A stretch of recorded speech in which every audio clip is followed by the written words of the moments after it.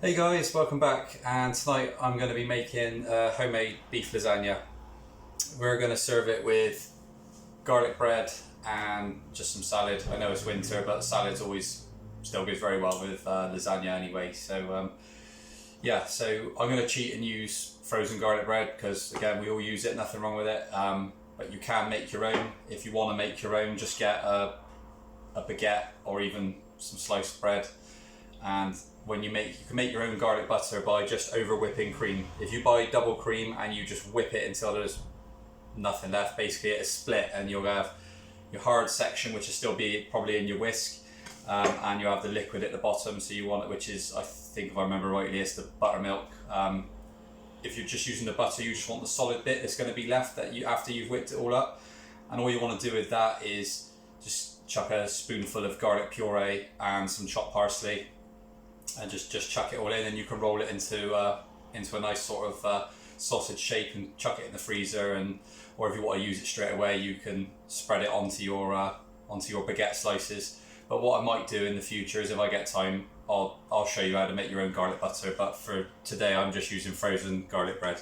Lasagna is one of my favourites, one of the kids' favourites, but it does take a little bit longer to make. But we're it's definitely worth it in the long run. You're just going to basically make a bolognese, and we're going to make our own white sauce. So don't buy those jars of white sauce because they're disgusting, and again, they cost you more money. It's cheaper to make your own. But the thing is with this basic white sauce is it's called a bechamel, and it's literally just butter, flour, and milk.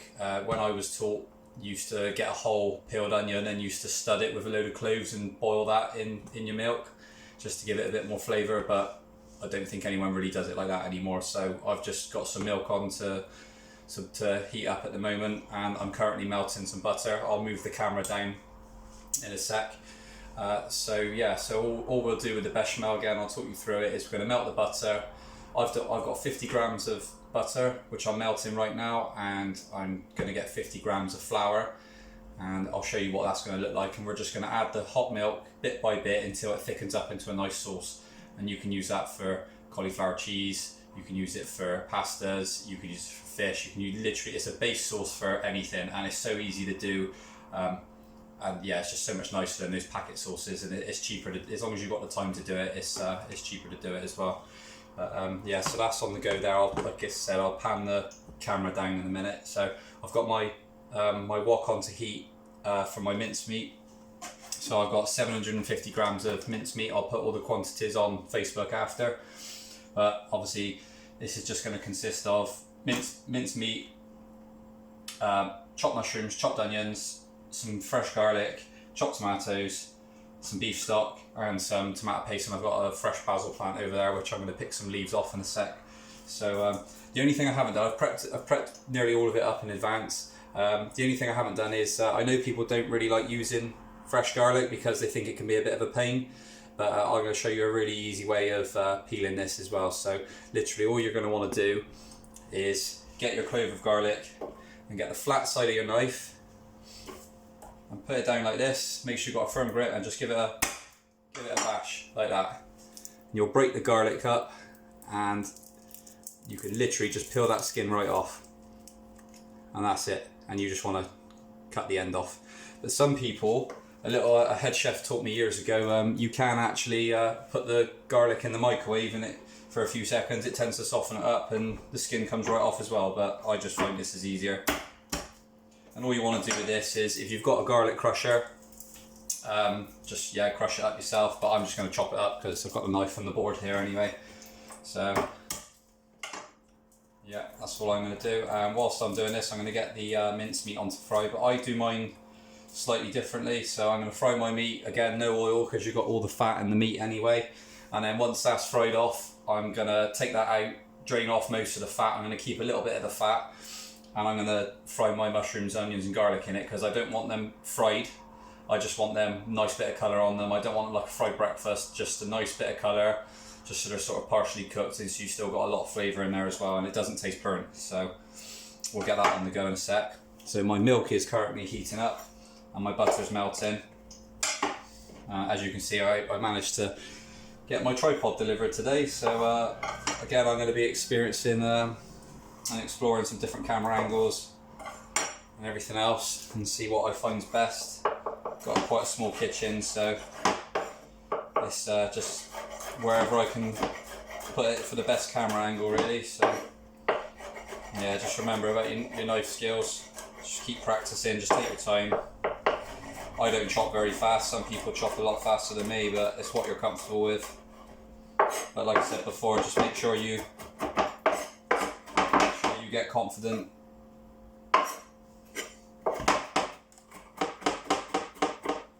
Right, that'll do, nice rough chop, I'll just leave that there. Right, so my pan is now nearly smoking hot. Obviously it'll take a lot quicker with gas. This is actually beef and pork mince. It is really, really good for bolognese, so.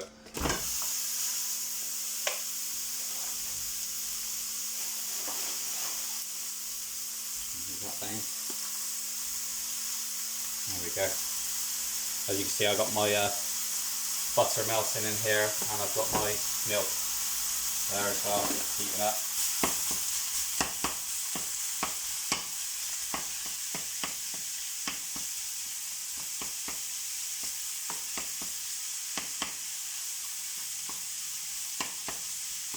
You want to break up the meat as best you can.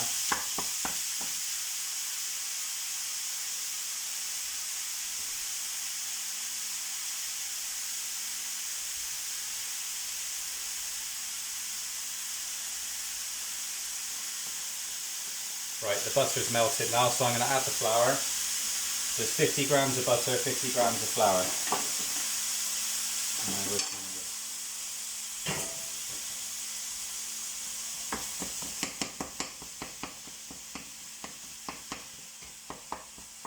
That pan's obviously lost a lot of temperature because I've got a lot more meat in there today than what I would normally do. But it's all good. So, all the flour, straight in. You can use a whisk or a spoon. I always find a whisk is better. You don't want this on red hot, you want it on like a low to medium heat, because you just want to slowly cook it. So if you have it on too high of a temperature, it's just going to burn, and you don't want it burnt.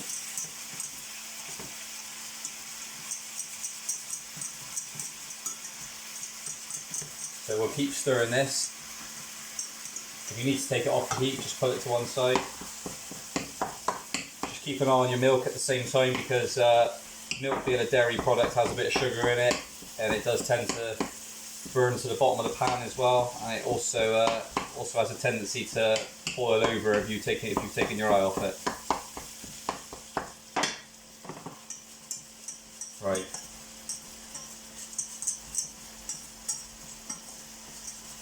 So this is what you would call like a roux.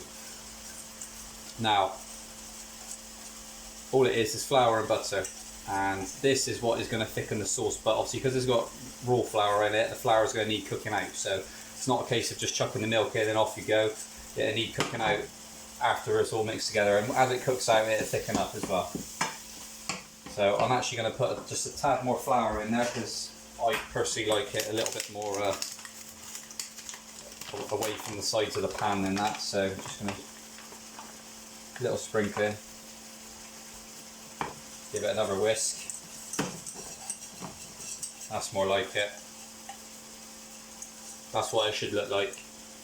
Should come away from the side. Shouldn't be very liquidy. It should be more of a solid than anything. So if you left that on the stove, that is just going to burn. So we're going to take that off the heat for a sec. You want to try and cook it out slightly, but it'll cook out anyway when you add your milk in there as well. So. Going to check this milk now. I've got a ladle. You are going to need a bit more kitchen equipment for stuff like this, so like I said, make sure you invest in, you know, a good set of saucepans, frying pans, dishes. Just build it up as you go along. Once you start cooking more things, you'll get more of a collection of stuff.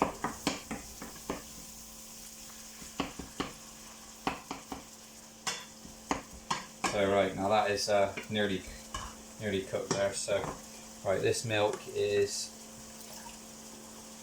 yeah, that's not red hot, but that's hot enough. All we're going to do is just get one ladle at a time, I'm going to wipe this off and let this flour. I'm going to pull this off the heat because that's hot anyway, so I'm going to turn that off. And all you're going to do is one ladle at a time into your saucepan like that. So you add one ladle and you're going to stir this. And what's going to happen is that roux at the bottom, you can see it already, it's cooking where you got the hot milk. So we're just going to keep adding milk, one ladle at a time. It does take you can mess it up. I still mess it up from time to time. Chefs do it. It will catch on the bottom of the pan sometimes. Just turn the heat down a little bit more if you like, and you got to do this at the same time. Otherwise, do this at the same time as your bolognese. Otherwise, you'll just be wasting time. No point doing one thing when you could be doing two things. As long as you're confident. And yeah, okay, a jar of sauce is so much easier, but it will taste nothing like this. So we'll just give this. And you got to keep it moving, because once it starts to stick on the bottom of the pan, it'll start to burn. So take it off the heat if you need to, just like this. It's obviously going a lot more like a thick sauce now, but that's obviously too thick for the top of the lasagna. And that will carry on cooking. So we're just going to add more milk. It's not quite a full ladle, so add a bit more. Just keep whisking. And you'll see when you're doing it, it will just thicken up, and if it goes too thick, just add a bit more milk. It take a few minutes, take 10 minutes or so to do. But you need to make sure that flour is cooked out, otherwise it will just taste like raw flour. And again, this is how I do it. Other chefs will do it differently. But this is a base sauce for so many different things.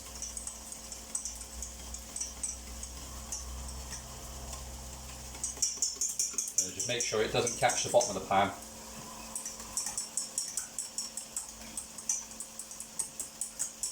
You can do it in the microwave as well. I know some people I used to work with used to do it at home in the microwave, but I've never really done it. I feel you have more control of it on the stove when it's right in front of you. When it's in the microwave, you turn your back on it and you can mess it up. So, right, so I'm going to pull this off the heat a minute because I'm going to drain this and then fry my onions. So, just pause the video a sec. And we're back. Right, I've drained off the mince and I've actually kept most of the fat there because I'm going to chuck all these mushrooms and onions in there. So I got about 250 grams of mushrooms and 2 onions, and obviously the onions are chopped, mushrooms are chopped, and 3 cloves of garlic. And mushrooms are going to absorb a lot of the fat anyway, but I'm just going to keep this one moving as well. I'm going to turn that down slightly because we don't want it fried. I'm going to get this back on the stove, get this all thickened up. So I'm going to fry the mushrooms, onions off, and make this sauce at the same time. So I'll come back to you in a sec. Right, we're back again, guys. Right, so about 5 minutes, 10 minutes or so, I've fried off all my mushrooms, onions and garlic. I've drained off my mince and I've just chucked it all back in the pan together there. Meanwhile, I've been constantly stirring this bechamel sauce. Now, we can try and get it on the camera. It's a nice sort of semi-thick consistency. As they say, it coat the back of the spoon. That's the sort of perfect consistency you want. You want to taste it as well. You can add some salt and white pepper to it if you like. Now this is your base sauce, same sauce for many things. So all I'm going to do now is just chuck a big handful of cheddar cheese into that, and then that is a cheese sauce ready to go on top of the lasagna. So you might want to taste it, make sure you can't taste any flour. You'll notice it tastes a bit powdery. That's when the flour is not fully cooked. So I'll just pull this off the heat now. So it doesn't matter if your sauce is too thick, add a drop more milk. If it's too thin, we're going to chuck a big handful of cheese in there now anyway, so the cheese will thicken it up. Now if I was making a cauliflower cheese, I would chuck a teaspoon of whole grain mustard in with mine as well, because I think that makes it, give it a lot more good flavour to it. So, and all you want to do is just whisk in that cheese. You don't want the sauce too runny for the top of the lasagna because it's got to sit on the top anyway. So yeah, it's real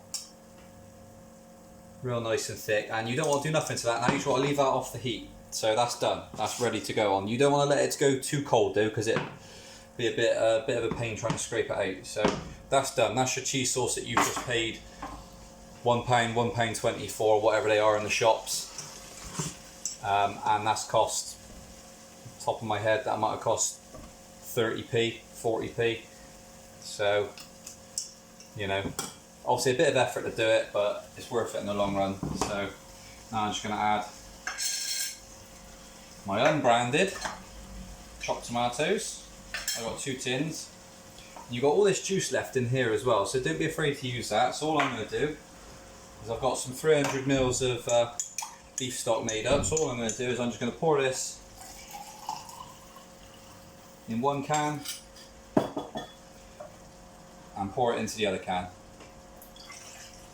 I'm just going to get as much of that juice out. It's pretty much all gone. Just get as much of that juice out there as possible. It's all flavour at the end of the day. You've paid for it, so yeah, empty. Right, so depending on how you like your bolognese, I like mine nice and juicy. So that was 2 tins of chopped tomatoes and 300 mils of beef stock. And if you find it a little bit too runny, we're just going to add some tomato paste to it anyway, and it'll obviously make the colour look a lot more red as well, and add a lot more tomato flavour to it. So I haven't seasoned it yet because I added the stock. I mean, some people might have seasoned it at every stage. They might have seasoned the mushrooms, the onions, the beef. But again, when I'm at home, I cook a lot differently to when I used to work in kitchens. So I'm just going to season it just before I'm about to put it in the dish, really. So, and all I'm going to do now is a nice, generous squirt of tomato puree. Probably about I use about half a tub. Some people measure it out in teaspoons, but just go by what you want, really. I mean, there's no right or wrong way. Whatever you prefer at the end of the day. So we'll give this a nice little stir in. And then I'm going to chuck my lid on it, a splatterguard. You want this on a medium heat because you don't want to boil the hell out of it. You just want it to bring it up to a nice gentle simmer and just incorporate all those flavours together. So I'm just going to chuck the lid on it. Right, now, fresh basil. You can buy it in a plant or you can buy it already cut. Obviously, you know, you can use the stems if you wish, or you just pick the leaves off. I'm just going to pick the leaves off today. You can use it, but I'm just going to show you an easy way of cutting it. So what you want to do is you want to get all the leaves, put about 3 or 4 leaves inside one another, and you're going to roll it. You want to roll it like a roll up, and you're just going to slice it, nice small slices like this. This is called a chiffonade. You do it a lot with mint and sage, and we're just going to do nice, very, very thin slices. Again, you don't want to bash the basil because it will go black and you'll just ruin it. You want those nice nice leaves in there. So again, nice. Be careful with your fingers, obviously. As you can see, the knife's not leaving the board, the tip of the knife, and that's it. You know, I mean, you can put as much as you want in. I mean, that's obviously quite a small amount, but it's a very, very strong herb, and that is going to go right through that bolognese. And I'll chuck that in about 5 minutes time or so. So obviously this is going to go in the oven anyway. So the other thing I was going to tell you guys as well is lasagna sheets. You can use fresh egg lasagna sheets if you like, but we just buy the dried ones. But a little tip my wife taught me is soak the sheets in water before you use them. It brings a lot of the moisture back into them, and they're easier to work with. It also draws out a bit of the starch as well, and they don't take as long to cook. I never used to do this when I was in the kitchens, but since I met my wife, this is always what she's done, and I thought, what are you doing that for? But to be honest, it works. You obviously want to make sure they're quite drained out, get all the water out of them if you can. So yeah, soak them for 15 minutes or so, and it won't take as long to cook in the oven. So yeah, so basically that's it. So that's the bolognese Just going to give that 5 or 10 minutes to sort of get all the flavours together.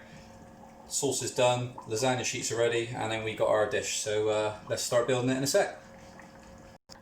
And welcome back again, guys. Right, so the bolognese has been simmering for about 5 or 10 minutes, and obviously I've chucked the basil in there as well the last 5 minutes. That's going to carry on cooking in the oven anyway. Cheese sauce we done earlier. So all we got to do now is layer it up. I've drained the pasta sheets, so I'm going to try and go for 3 layers. So some people put pasta on the bottom, I don't. I'm just going to get a nice three ladles or so. Give it a nice little shake. Yeah, we do one more. And then you get your lasagna sheets. And obviously you want to do this beforehand, like measure out how many sheets you're going to need per layer. You might need a couple of extra ones for the sides. So you just break them. Doesn't need to be neat. You're not doing it for the queen or anything, you're just doing it for your family, so you know, nice and easy. If you're fussy about gaps, you could just chuck some bits on. Like I said, doesn't need to be neat. So that's layer 1, and if you've got plenty of sauce, you can do sauce and cheese in between the layers, but I'm not going to do that today because I've only got enough sauce for the top. So just build it up again. And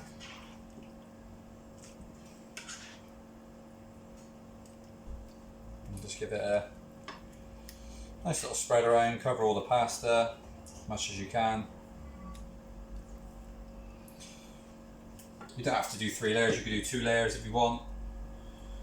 It's your preference.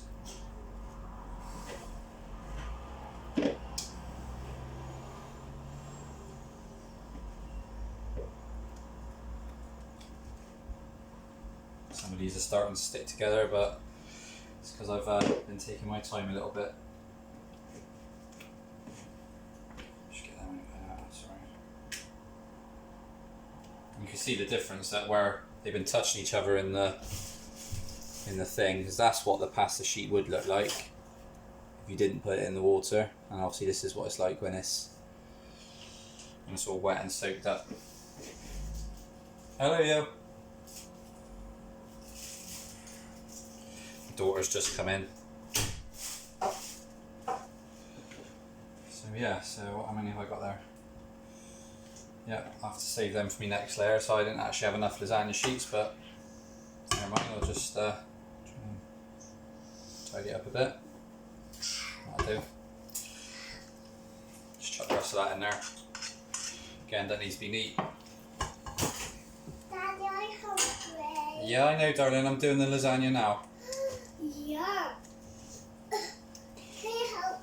Oh, I did it. You done it? Alright, well done. Right, so last little layer now.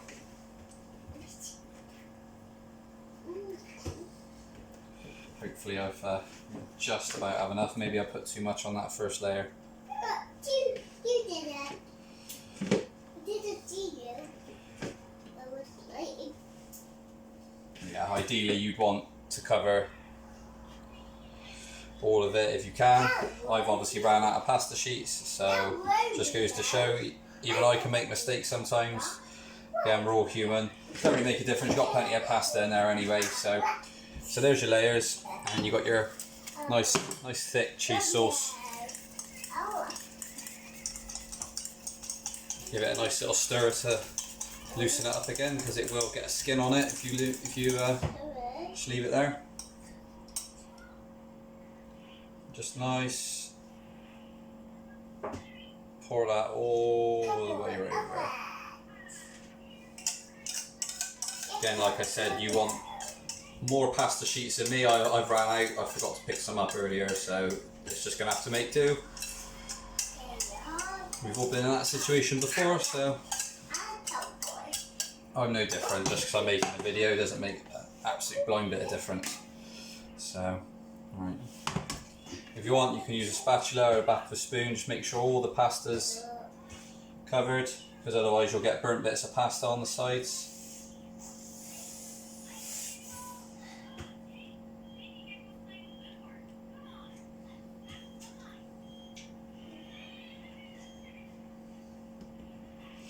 Right, now I always use a mix of, I use half mozzarella and half cheddar. Me and the family like the lasagna when it goes all stringy, so depends how much cheese you want to put on.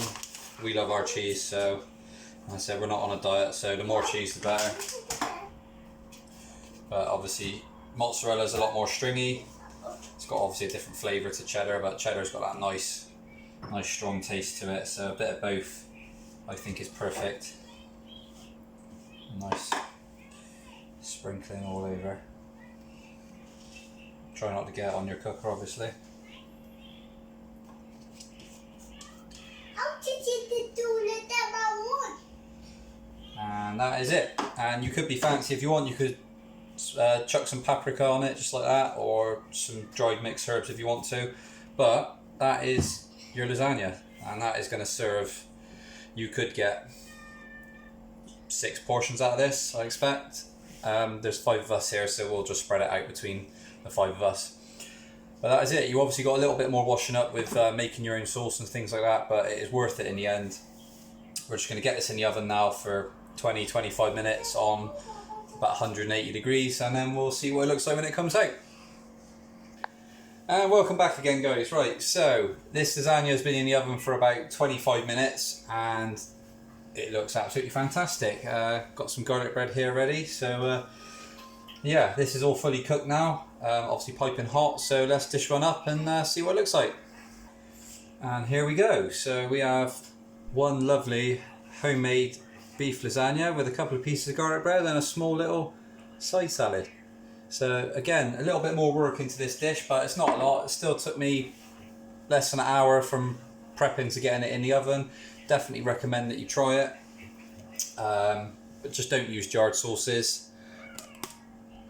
There we go. Yeah, don't use jarred sauces. Always make your own. So much nicer, and also a lot healthier as well. So, but yeah, I said this is about 6 portions. I mean, you could stretch it to 8, to be honest with you. I mean, depending on your portion size, 6 to 8. But yeah, I mean, it's lovely lasagna. Just try and start going away from those the jarred sauces and start making your own. So just to recap, the bechamel white sauce was 50 grams of butter and 50 grams of flour. So you melt your butter and you add your flour to your melted butter. Maybe another 10 or 15 grams of flour on top of that until it starts to form a roux, which is where it just comes away from the side of the saucepan, and then obviously get your milk on to heat through gently. Don't want to boil it, and then just one ladle at a time and just keep whisking it and keep whisking it. Don't stop because it will stick and it will burn. Give it a few goes. If you mess up, it's cheap anyway. Just throw it away, start again. It's only flour, butter and a bit of milk. But yeah, when you've perfected that, that is your base sauce for so many different dishes. But yeah, so any more advice with that, I can put a separate recipe up for that or anything. We'll probably use that sauce for a few more dishes in the future. Sorry, I know I'm posting every day at the moment, but once I've gone through 2 or 3 weeks worth of food, it'll probably start being less and less, because obviously I have regular meals myself. And then you might find I only do 1 or 2 videos a week. Like I said yesterday, I'll try and do some videos for some stuffing for Christmas, fresh stuffing. You do your own chipolatas. I'll show you how to make your own Yorkshire puddings and things as well. But yeah, so please continue watching. Again, haven't had much feedback. If anyone please has the time over the weekend to give me some feedback, good and bad, on the videos. And yeah, just if you haven't already, like I say again, just like, share and subscribe to my YouTube channel and my Facebook page. I think my YouTube channel is Charlie Farley Quick and Easy, or Charlie Farley's Quick and Easy Meals. But there's links to it on my page anyway, and I'll upload this and let me know what you think. Please give it a try over the weekend. Thanks guys, have a good weekend.